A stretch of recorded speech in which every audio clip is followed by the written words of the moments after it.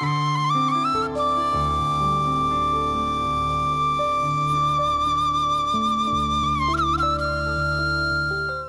TV நேயர்களுக்கு இனிய காலை வணக்கம். இந்த நாள் இன்ப நாளாக அமையட்டும். பல அரசாங்க அதிகாரிகள், பல நண்பர்கள், பல அரசு சார்பற்ற நிறுவனத்தில் இருக்கின்றவர்கள் எல்லோருமே கேள்வி கேட்கிறார்கள். என்ன கேள்வி? எங்களுக்கு மன உளைச்சலாக இருக்கிறது, சவால்களை முகாமை செய்ய முடியவில்லை, கஷ்டப்படுகின்றோம். வேலை தளத்திலே அழுத்தம், அதற்காக பல நூல்களை நாங்கள் எல்லாம் வெளியிட்டிருக்கிறோம். வேலை தளத்தில் எப்படி அழுத்தத்தை குறைக்கிறது, ஜோய்ஃபுல்லாக மகிழ்ச்சியாக சந்தோஷமாக வேலை செய்தால் எவ்வாறு வினைத்திறனாக இருக்கலாம் என்று சொல்லி, ஆக தனியார் நிறுவனத்திலேருந்து அரச நிறுவனங்களை, குறிப்பாக அரச நிறுவன அதிகாரிகள் மிக மன அழுத்தத்தோடு வேலை செய்ய வேண்டி இருக்கிறது என்று இதற்கு என்ன செய்யலாம்? ஆக அரசு அதிகாரிகள், அரசு உயர் அதிகாரிகள் பலர் கேள்வி கேட்பார்கள். கேள்வி கேட்க வேண்டும். பிளேட்டோவினுடைய அந்த தத்துவமே அதுதான், வினா கேட்டல். அதுக்கு சில நேரம் பதிலளிக்காமல் இருக்கலாம், பதில் வராமல் இருக்கலாம், ஆனால் வினாக்கள் கேட்கப்பட வேண்டும். அப்போ இந்த வகையில் நீங்கள் அரசாங்க அதிகாரிகள் அல்லது தனியார் அதிகாரிகள், அப்போ உங்களுக்கு இன்னொரு ARFR ஒரு தாபன விதி கோவை இருக்குது. அதை எல்லாருக்கும் சொல்ல முடியாது. தேவையானவர்களுக்கு உரியவர்களுக்கு உரிய சந்தர்ப்பத்தில் கூறலாம். அது கட்டுப்பாடுகள் இருக்கிறது.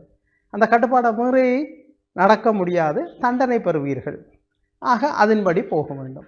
அடுத்தது, அப்போ இப்பொழுது சமகால அரசாங்க சூழல், ஒவ்வொரு அரசாங்கங்கள் மாறுகின்ற பொழுது ஒவ்வொரு சூழல் மாறும்.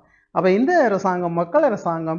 அப்போ மக்களுக்கும் அதி உயர்ந்த பணியை செய்வதற்கு தான் அரசு சேவை, அது உங்களுக்கும் விளங்கும். ஆனால் அதுக்குள் இந்த ARFR இன்னும் பல தடைகள் காணப்படுகின்றன. அவற்றை ஓரளவு நிவர்த்தி செய்து நீங்கள் உங்களுடைய வேலைத்தளத்திலே உங்களுடைய வேலைத்தளத்தின் நோக்கங்களை நிறைவு செய்வதாக உங்களுடைய சேவை இருக்க வேண்டும். அப்பாவி மக்கள், ஏழை மக்கள், கஷ்டப்பட்டவர்கள், அப்போ முன்னுரிமை யாருக்கு கொடுக்கிறது? அனாதைகள், குடும்பத்தில் இழந்தவர்கள், புற்றுநோயாளர்கள், இப்படி பலர் உங்கள் அலுவலகங்களை நோக்கி பாடசாலை மாணவர்கள் வருகிறார்கள். அப்போ அவர்களுக்கு உரிய வேலை திட்டங்களை, உரிய சேவைகளை அரசாங்கத்தின் நடைமுறைக்கேற்று நீங்கள் செய்ய வேண்டும். அவ்வாறு நேர்மையாக செய்கின்ற பொழுது ஒன்று, உங்களுக்கு மன அழுத்தம் வராது. இரண்டாவது, வெளிப்படைத்தன்மை. நீங்கள் வெளிப்படைத்தன்மையோடு இருந்தீர்கள் என்றாலே இந்த ஓடிட்டு அந்த பிரச்சனை இந்த பிரச்சனை ஒன்றுமே வராது. எல்லாவற்றையும் நீங்கள் வெளிப்படைத்தன்மையாக பப்ளிக்கில் நீங்கள் போட வேண்டும், இதில் அறிவிக்க வேண்டும். ஆக வெளிப்படைத்தன்மை ஒரு மனிதனை, உளவியல்ல அகநோக்கு இருக்கு, புறநோக்கு இருக்குது. அகநோக்கு எங்களுடைய இண்டிவிஜுவல் பர்சனாலிட்டிஸ், எங்களுடைய தனிப்பட்ட விருப்பங்கள், தனிப்பட்ட ஆசைகள், எங்களுடைய அந்தரங்கங்கள், அது அகநோக்காக இருக்கிறது. புறநோக்கு, அப்போ இன்று புறநோக்குத்தான். அப்போ அது வெளிப்படைத்தன்மையாக இருக்க வேண்டும். உங்களுடைய நிறுவன செயற்பாடுகள், உங்களுடைய செயற்பாடுகள் வெளிப்படைத்தன்மையாக இருந்தால் அது நேர்மையாக இருக்கும். நேர்மையாக இருந்தால் உங்களை யாரும் அழுத்தத்துக்கு பிரயோகிக்க முடியாது. ஓடிட் வந்தான, ஏர் வந்தான, வெளிப்படைத்தன்மை எல்லாம் உரியபடி இருக்கிறது. ஆக பாருங்க, அப்போ உங்களுக்கு டென்ஷன் இல்லையே. ஆக இதில் நீங்கள் மிக தெளிவாக இருக்க வேண்டும்.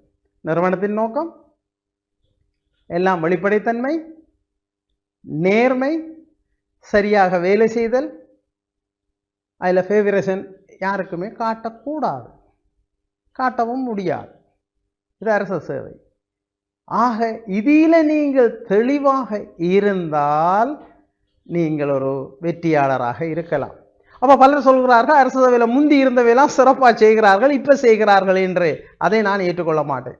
அதான் அந்த சூழலில் அவர்கள் செய்தார்கள்.